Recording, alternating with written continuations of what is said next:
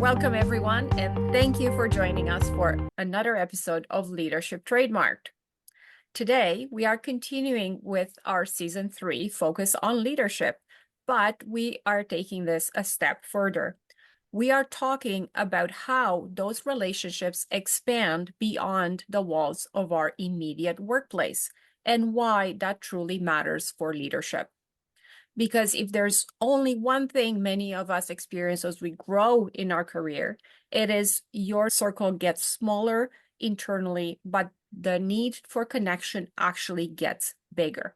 So today we are going to explore something very real and very practical, how we've each built our professional networks over time. Not just the polished success stories, but also the attempts that didn't quite land, the rooms that didn't feel right, and the moments where we had to try again. By the end of this episode, our goal is to give you a clearer sense of how to build a broader, more meaningful network and why investing in those relationships can fundamentally shape your leadership journey. So with Roz and Leslie, we are going to explore how we have built our networks outside and expanded outside of our workplace. So why don't we start? And we're going to start with Leslie. Thank you, Silvia, for that intro. It's interesting over time, my ideas on what I should do outside of work and how I should expand my network has changed a lot and it's gone back and forth. When I took my first job in Chicago, I was asked to help edit a newsletter for professional women. And I thought, oh, that'll be a great way to meet some people who are other women who are facing some of the same issues that I am. And so it was interesting. And then because I was 24, I decided that why do we need a special network? Why can't women just be regular people? So I decided that was not my thing. Anyway, I have gone back and forth on that issue over the last 40 some years. And sometimes I still think, why are women special? Why can't we just be a regular person? And then other times I think, no, I need the support and the input of other women. Probably the most helpful network that I ever joined was actually joining the board of a nonprofit organization. And you might think that's really odd, but because it was a nonprofit organization working on a social justice issue, I came into contact with all kinds of people that I would never have crossed paths with without having done that kind of board work. And some of us were actually, there was a key person from an accounting firm, like a big accounting firm on there. There were people from social services type backgrounds. There were people from financial institutions. There were people who were investors. And it was just a great group of people. And it also forced me to look at things from a different perspective. Because one of the things I find that within your own working world, as much as we try to bring in people with different ideas and different kinds of perspectives, you've all been in the same job, same, or maybe the same, maybe not the same job isn't fair, but a lot of times it's a similar industry or a very familiar industry. And there's a little bit of groupthink starts to creep into that. By being on the board of a nonprofit organization, all of those groupthink things that I believed were being constantly challenged.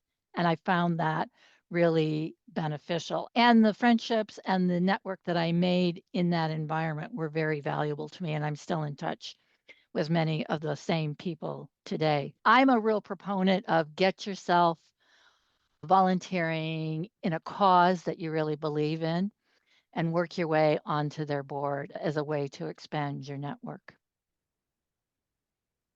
Cool.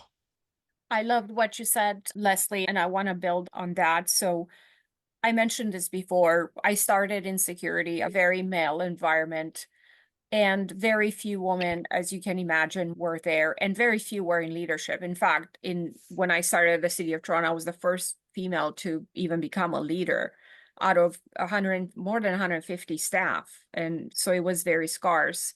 And it was through formal industry associations that I got to meet other women, because my circle of friends at work was me and other women in other areas.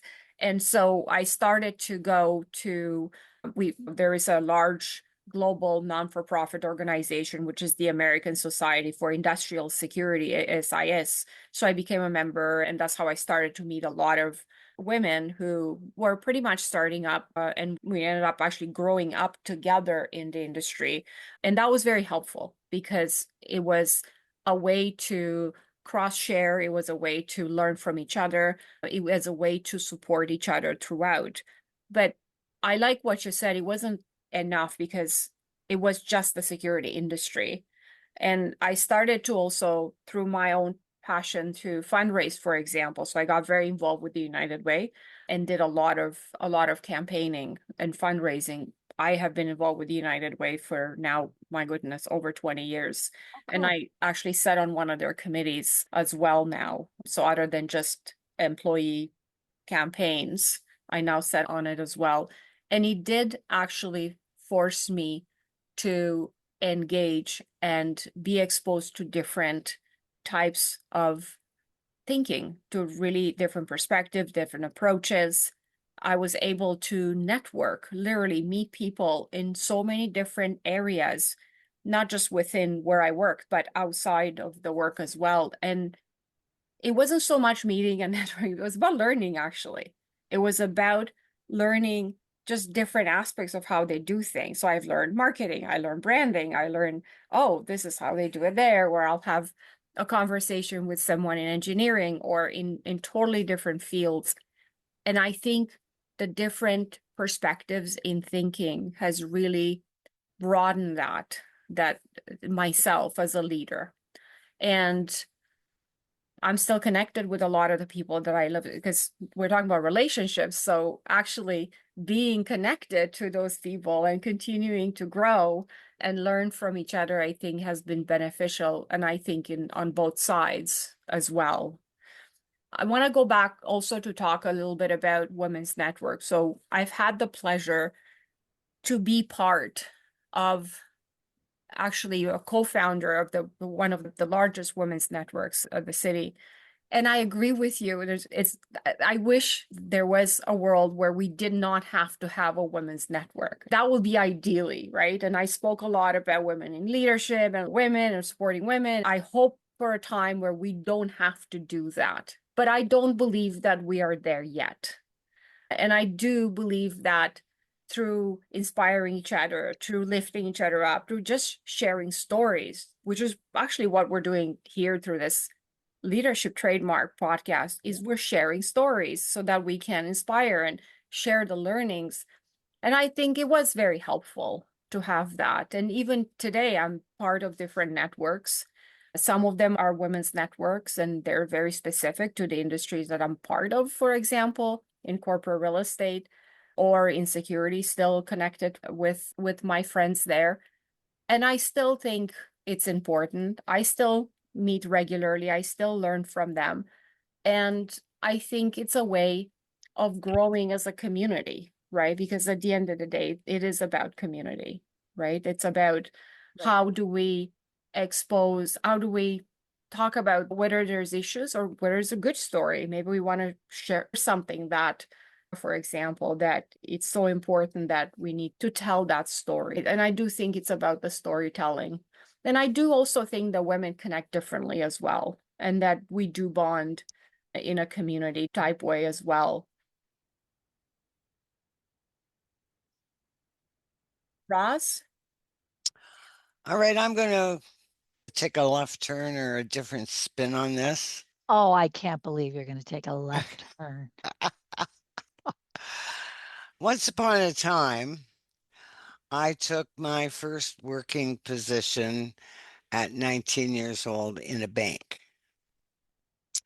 And after 5 or 6 months, I had moved up to a client focused position In those days, they called it a teller. However, I could not balance, and I was really only working because I had to pay rent because my father said that or high school. So every day I put my back into it and I did my best until one day I finally thought, I cannot do this anymore. It goes without saying that I hadn't had the training and maybe it wasn't the right job and all that jazz. I believe each of us reached a point of, I can't do this anymore. So I asked for 4 days holidays, which my immediate supervisor and her supervisor said fine. But when I went to the manager, he said, no way, Jose, you're not in line for it. And I said, what am I going to do? Because it's Christmas and I need to go skiing. And he said, I don't know. I guess you'd have to quit. So I quit. Anyway, then what happened was, or because of that, and I had a great holiday. And when I came back, and because of that, I went back to human resources and said, I need a job until finally, and it didn't take very long, they put me in a new position in a different branch. So I showed up, and my immediate super was the sweetest. She looked like Mrs. Claus. She was this little gray haired lady with the purple lilac thing on, and oh, hello, Rosalind, and how are you? And we're so happy to have you. And so she said, what can you do? And I said, I can do everything. I just don't do any of it well. She said, okay, what are the top 3 things you do well? And I said, yeah. And she said, carry on. Anyway, things worked out pretty well. And then after a couple of months probably, suddenly I was part of the running crowd away from her wings. And her boss was the man whose name was Jack. And this guy was creepy. And I was wearing, this is a long time ago, ladies, so short skirts. And he was just creepy. And anyway, one day he asked me to do 7 things at the same time, and I just lost it and got mad at him. And then he got mad at me. And then I ran down to the bathroom and sat and cried. And then I thought, now what? So this is actually where the story begins. So I ran up the stairs. I looked to the left. I looked to the right. I raced across this banking hall, which was the size of a city block, and I landed bingo right in front of Fred. And Fred was the manager of all the people. And I don't think I was in tears because I don't cry easily, but I did say something like, he's being really mean to me and that's not fair. And Fred said, sit and tell me. And I told him. And then Fred came racing up. Anyway, what happened then, and ever since then, was that I learned 3 things. I know what I know, and I'll try and do my best. I know what I don't know, and I'll try and learn how to know it. And number 3, I will not tolerate being put down because I don't fit in. So there I am in front of Fred, and I tell him this story, and he's 15 years older than I am, and I'm like 20. And so he's like a grandfather at that age. And so then Jack comes up to talk to Fred, and Fred gets up and walks around from his desk, and he puts his hand behind my back, and he says, okay, go and sit behind my desk. I will deal with this. And so he dealt with Fred, and I'm not quite sure what that was all about.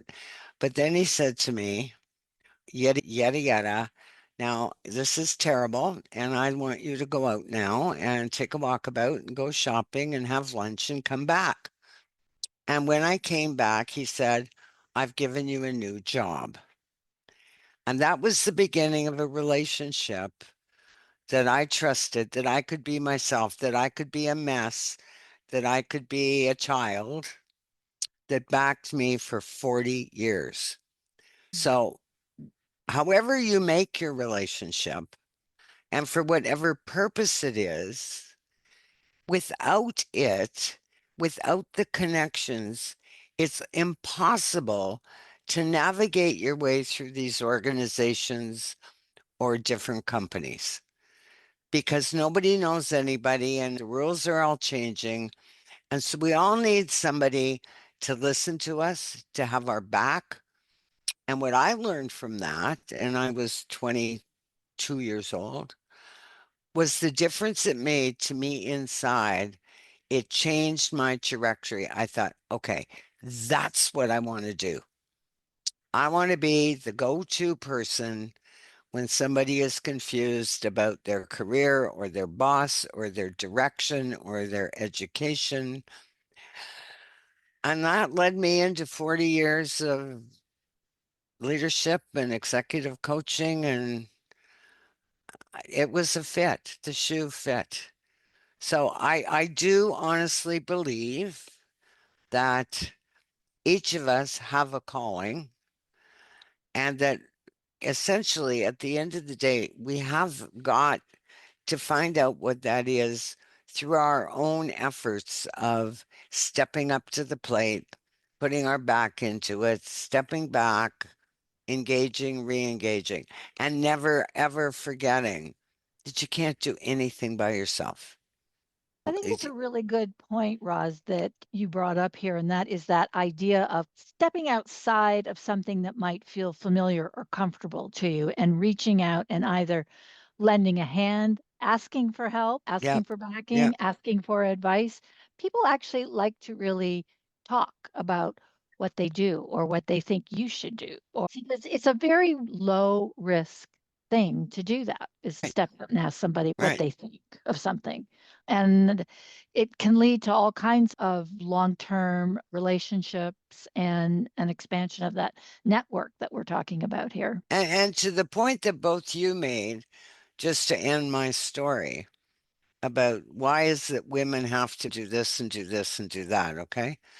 So by the time I was in my early 50s, my organization, I had decided that everybody over 50 would be cut loose. They paid us off. So there was different layers of this going on. Now, Fred by this time was a very senior guy, and we'd kept in touch, not daily, nothing like that. A couple times a year, we'd go out and have lunch or whatever. So one day he called me and said, "Hi, it's Fred." And I said, "Hi." He said, "We have to meet." And I said, "Why?" He said, "Rosie, you're 50, whatever." I said, "I know, but I'm not a senior vice president." He said, "I know, but they asked," but I said, "That's all you do. You only do the seniors and the EVPs." He said, "I know, but they've come to me and said, you have to do King's Mill." And so I said, "Why?" And he said, I asked them that, and they said, "Because they're all afraid of you." When the going gets tough, and we all have tough times, Yeah. we're all up and down the hero's journey into the abyss, return, being in our shadow, coming out of it. But the reality is, we need somebody who is able to hear us, not criticize us, not tell us what to do, but who is really interested. And I've never found anybody that's interested in me if I'm not interested in them. Yeah. And And yeah. I don't get really that fussy or connected or attached to most people. But I am attached to you too. And I've known you both for a long time. And as I said to you the other day, it's become very clear to me. Leslie is a strategist and she's an analyst. Silvia is pragmatic and she keeps her mouth shut. I am empathetic and I can't stop talking. Over to you. Okay. What I was going to say is being vulnerable on both sides, right? I think there are a couple of key ingredients that are important in having that relationship. In the stories that we all shared, is that we're okay to be out there and say, hey, I need help. And I think, and vice versa, to be able to listen to that advice and be able to go back and forth. And I do think the relationship has to be genuine. Like when we're talking about what tools we're giving to the young leaders today, is that just be yourself, because it's the easiest way to be is to be yourself.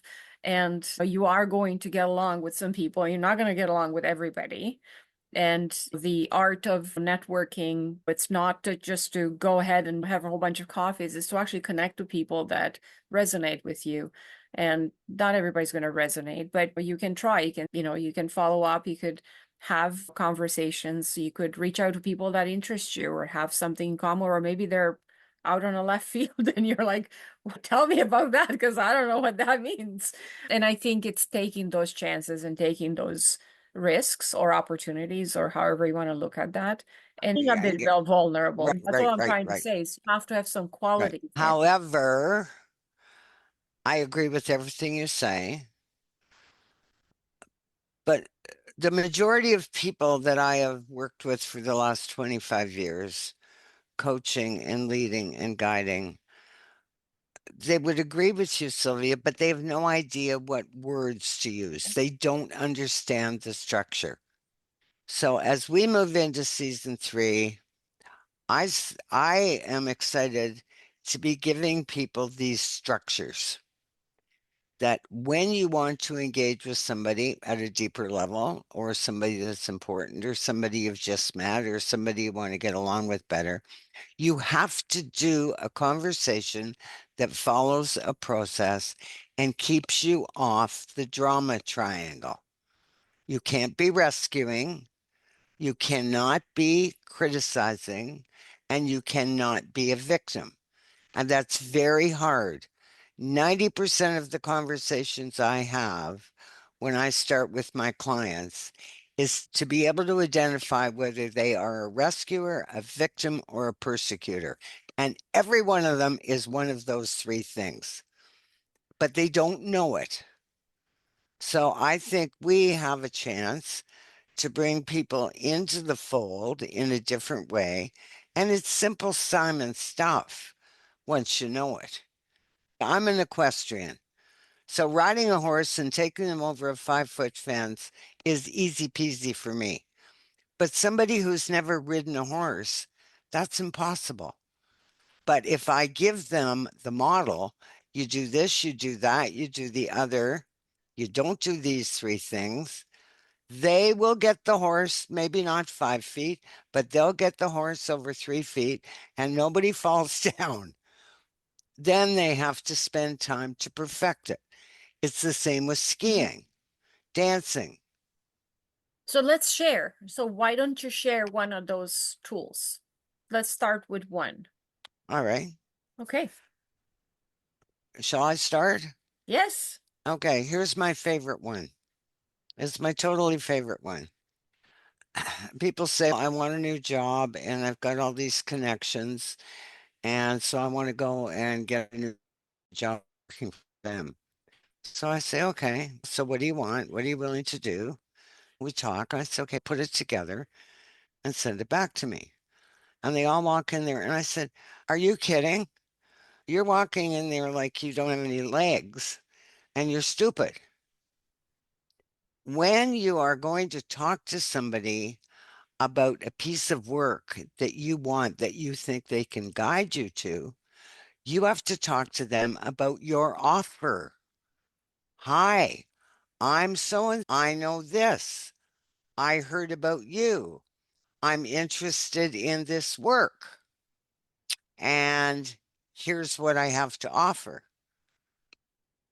Not, could you please find a job? I'm exaggerating to make the point.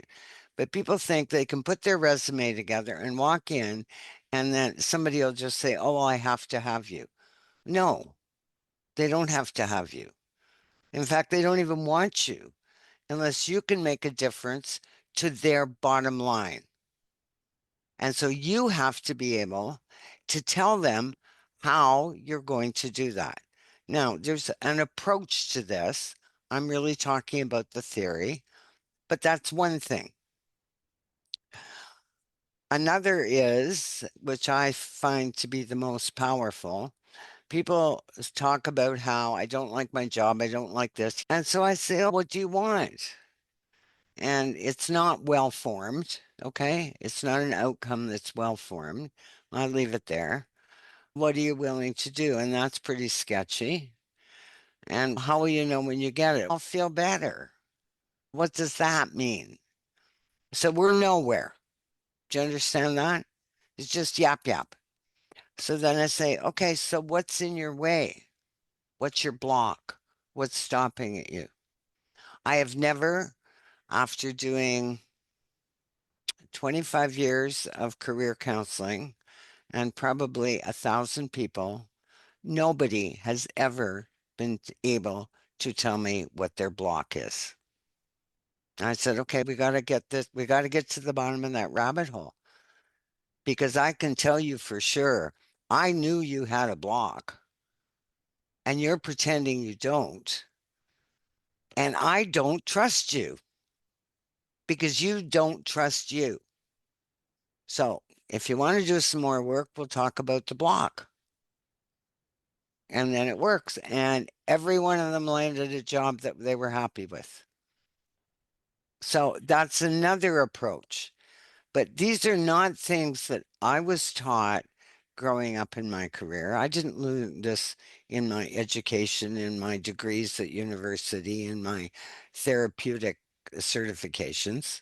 Yeah. I learned this through the reality that if you don't know what you want, Yeah. you will never get it. Yeah. And you will become grisly and mean-spirited and argumentative. Yeah. And you will also be so full of resentment that nobody will want anything to do with you. Yeah. I don't do what you do, and I'll never pretend that I do either. But the people that I've mentored, one of the things that I've appreciated, because I know exactly what you mean. You can sense that, okay, there's something not right. I appreciated more the other person being very genuine and Right. very open to say, you know what, I'm actually not quite sure what I want to do, or, you know, I need a little bit of help, maybe. Then there'll be a conversation. And so tell me more about what you have done and what are your interests, and Right. and have a conversation. I appreciated more when it was from the heart. And so I can help guide it. Then here's what I want, and you shall do this for me. And then I shut down as, okay, that's not a conversation, right? That's more a tactic of, I'm entitled and you shall help me to do A, B, and C. But I want to go to Leslie and see if there's an approach that you found, or a tool that maybe you have found, that may help when someone is trying to reach out and network and ask for help in some way.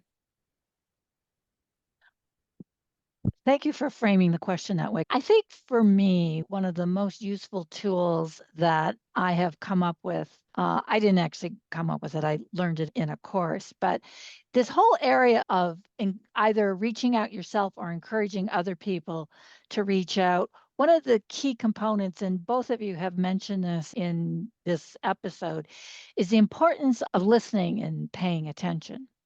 And there's a little trigger that you can use with yourself, and you can watch it in other people too. And so we're talking about reaching out to people in some cases that have a very different perspective, have a different experience than we do. And so sometimes they might start out with something that doesn't really either, maybe it doesn't ring true, it's not aligned with something that you've already experienced. And when you feel that first little urge to sort Mhm. of discount or argue with them or deny what they're saying, I always force myself, and I encourage others to do this too, is to just stop, count to 10, and listen really well, because this is probably something you really need to hear, will really benefit from hearing, and your perspective of this person is going to be completely different once you go through Mhm. that exercise. Because as adults and as accomplished people, we get rewarded over and over again for what we do well. And over time, it's easy to start assuming that everything that isn't what we would do or the way we would do it or the way we would think it Yeah. is somehow not exactly the right way. And I've just found that as a tool, it's been very useful to me. Just stop and listen. Close your mouth, count to 10, listen both ears, lean forward. Yeah. You'll probably learn something you didn't know before. Always. Thank you. This was great. Thank you. If I were going to have any final thoughts about, I hope somebody takes away from this session, it would be to take a risk. You have nothing to lose. Do something that approach somebody or an opportunity that's a little bit outside your comfort zone. And again, I'm going to go back to this idea of the volunteering or serving on a nonprofit board. It's a really nice way if you're in the for-profit sector or in government or in healthcare services, it's a really nice way to round out your perspective and learn some more about people who do things in a different way. Very well Mhm. said, Ross. I'm just trying to get this down to 3 sentences.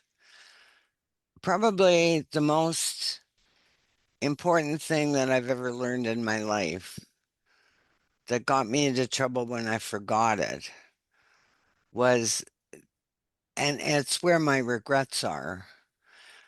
And I don't have a lot of regrets, but where my regrets are is not about what somebody else did or didn't do or whatever. My regret is about me not sharing how I felt honestly. And somehow there seems to be a huge amount of shame in that. Although I tend to think that the shame is transferred from my teacher, my boss, my father, my sister, my husband, my mother would never want me to say this. So it's not really own shame. But if we do not approach our relationships, whatever they are, the guy at the corner store, or the waitress, or your colleague, or somebody sitting beside you on the bus, if we do not respond to those relationships with at least a genuine form of regard for the other people, why the hell would we ever expect to be able to connect with them? And if we cannot connect with the people around us, sing your own song, write your own story, drink your own beer, like what Leslie said about this thing that she had learned, which was it's a formula, it's an approach to really listening, which means that for her to have got that, she had to drop her judgment, her knowledge, her beauty, her experience, her seniority, or whatever, right? And just actually see who this other person is. So I would hope that as we go into season 3, that we can talk about these things and help people along with frameworks. It's a recipe. It works. The first time I ever made bread, it was a mess. But after I'd gone back 5 times, I got it right. For the closing, from my perspective, it's very simple. Just be yourself, be brave, and have the courage to ask. And be curious and listen. I think that's the thing for me. It's be Right. able to get out there and be okay with not knowing, and that you're there to learn, and you're going to go and ask some questions and be curious about it. And it's okay to be vulnerable.